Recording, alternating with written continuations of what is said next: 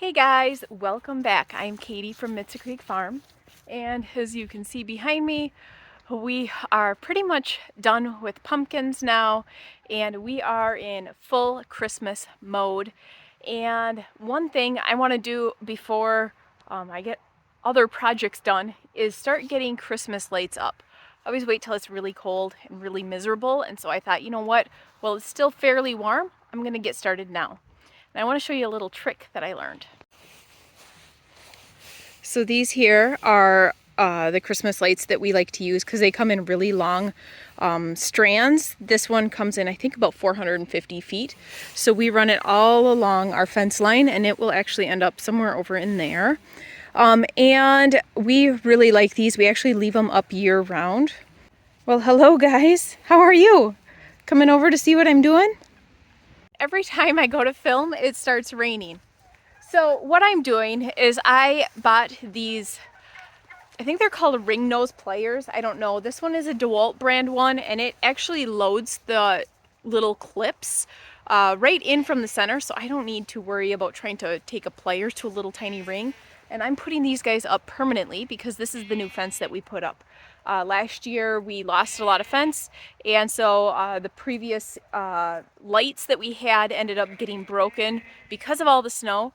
And so I am going through and I am getting these put up, and we just leave them up year round. So this is going really nice and fast, and I want to show you how quick it is going. Right, so what I'm doing is I'm pulling my lights fairly snug. I don't want them tight because I don't want the line to snap if it gets ice or something on it. But I don't want them to sag either because I want them along this top row. You can see here, this is what the tool looks like, and it's like little rings with teeth on them, and it just folds them together. And so what I do is I take and I put the tool here. Now all the tools are different. The reason why I got the DeWalt one is because it has this guy. Otherwise a lot of them you have to do by hand. But what I'm going to do is I'm just taking this and I'm putting this on top so that the little ends don't nick the wire. And then I just squeeze it, and there we go. And it just holds it on. So I've already done up here by the house in the barn, and I'm gonna just keep working my way as long as it's not raining too hard, all the way down, over, down, work my way down there. I should end about in there somewhere.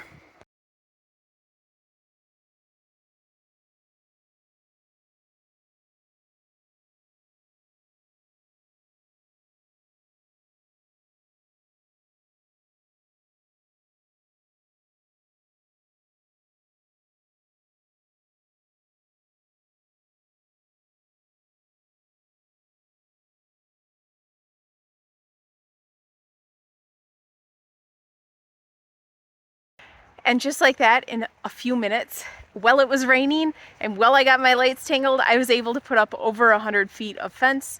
Just like that. It was super, super easy.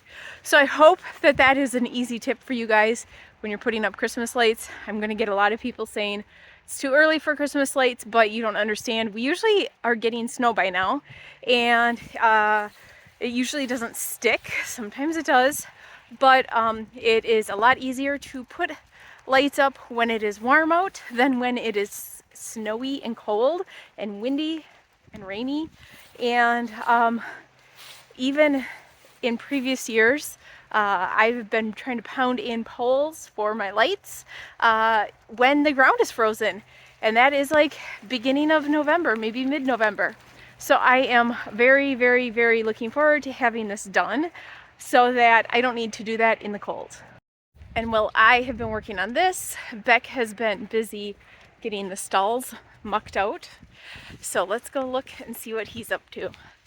So Beck has gotten this whole section mucked out, which is a huge relief.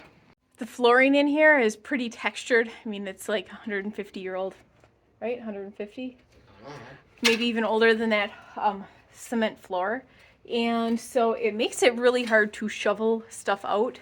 But Beck's getting it all with a pitchfork, and then we'll go through with a shovel and try to get all the little fine pieces. Maybe, I don't know if a leaf blower is a good idea.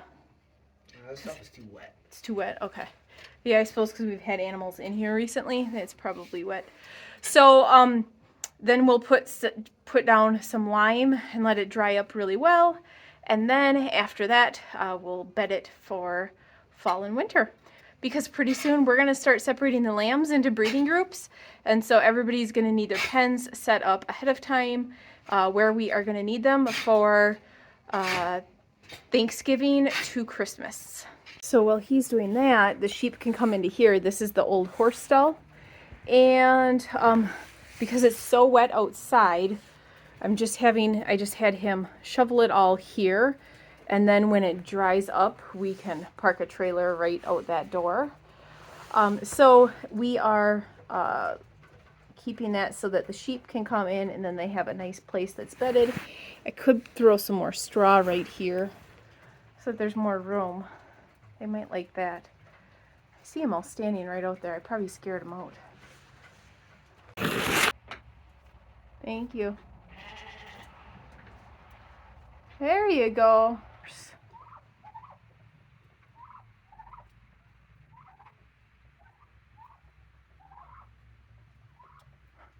Pepe, sheep, sheep.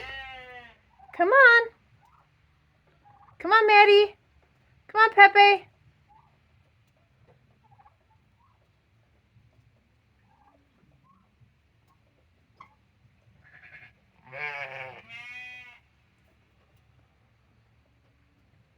And now the rain stopped again, but we're gonna get some more in a minute. So I'm gonna try to get the rest of these lights up before it starts raining again, and then I will turn them on and show you. There we go. That's good.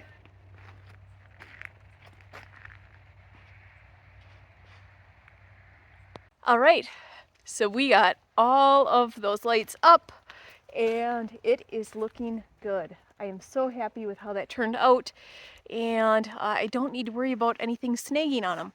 So I will be continuing to do this on other lighting projects, and I am really, really happy that that went so quickly. That is it for today's video. Thanks for tuning in, and we'll see you guys next time.